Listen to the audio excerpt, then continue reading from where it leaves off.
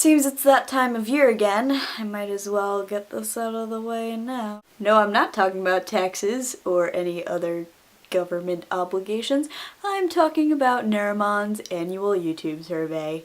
Lego. Why are you called that? I am named after my mom's grandmother, so my great-grandmother, whose name was also Charlotte.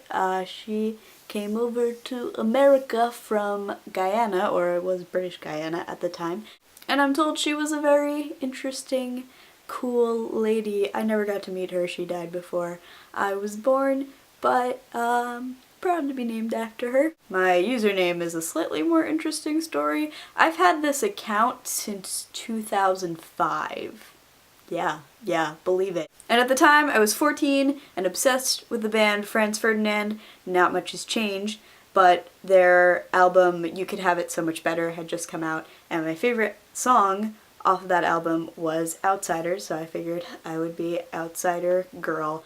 I also really like the book The Outsiders by S.E. Hinton, so I guess that was part of it. And then when I started making videos, I didn't think to make another channel or another account, so I'm just gonna be Outsider Girl forever, probably.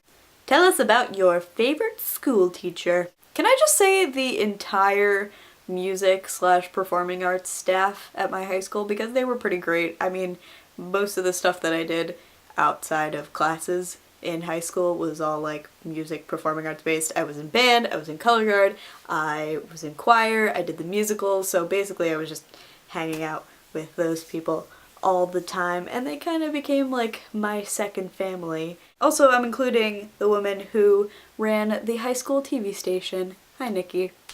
How are you? I miss you. What's the strangest food you've ever eaten? Honestly, I've eaten some really weird foods before.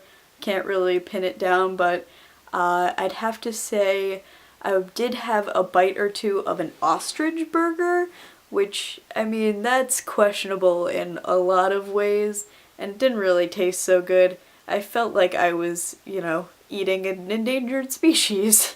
But that was actually in London at the Field Day Festival. There was just a stand selling ostrich burgers, and I don't think I would eat one again because I didn't really like it. Tell us about your first gig. The first concert or gig that I can remember going to without my parents was a very small concert with the Spring Standards, who are just an amazing folk band. I don't even think they were called that back then. I think they were still called Old Springs Pike, but they were great. Me and my friend Maura drove out to this town that was like half an hour or more away, and they played in this like office space slash housing slash commercial little village. It was a very strange place.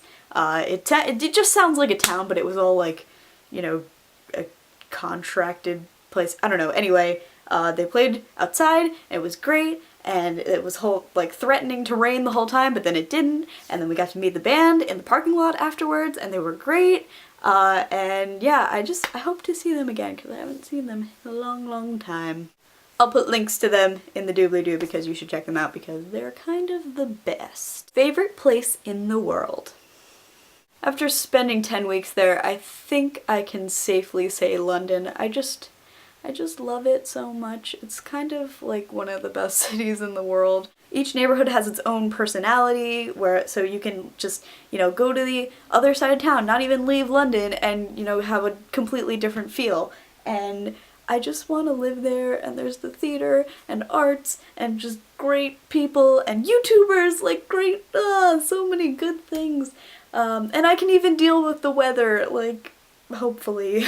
Who do you want to answer the survey next? Manchild Trollhair, Naomi Jade, and Rebexington. Do it. Also, you all should do it because it's a fun survey times. I like the surveys. You know me, because I can't think of my own ideas. I'm gonna go now. I'll see you tomorrow.